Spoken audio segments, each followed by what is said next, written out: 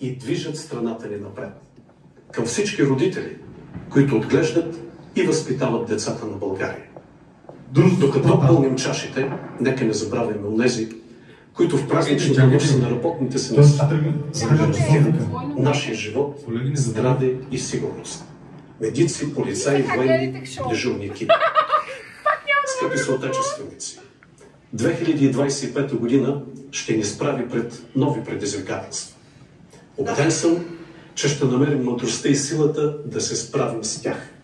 Ще осъзнаем, че в епоха на глобални сътресения единението е пътят към опазването на отечеството.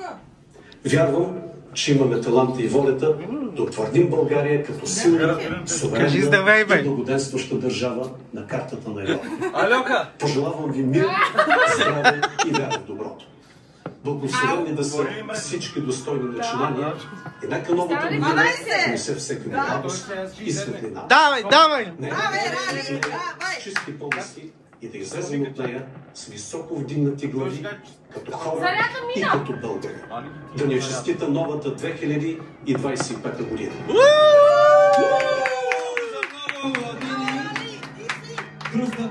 Само да ни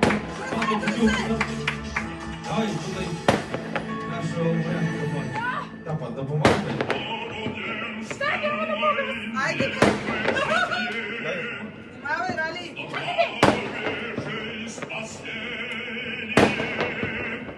Няма проблеми, нашите тапа малко някакви. Трябва да здравите. Помогнете, колега, помогнете.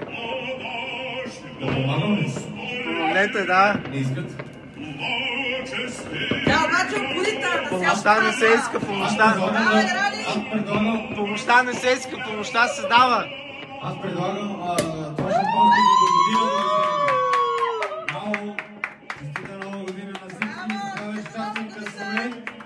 Все така усмихнати, когато сме зле, все така да сме. Браво!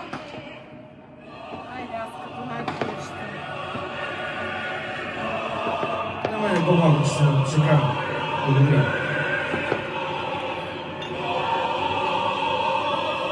Айде, сме живи и здрави. Само Честите хубави неща да ни се за нова година. Нови неща тази година и спрямо да сме заедно. И Турция ни чака Най-вече да да сме знаете. заедно.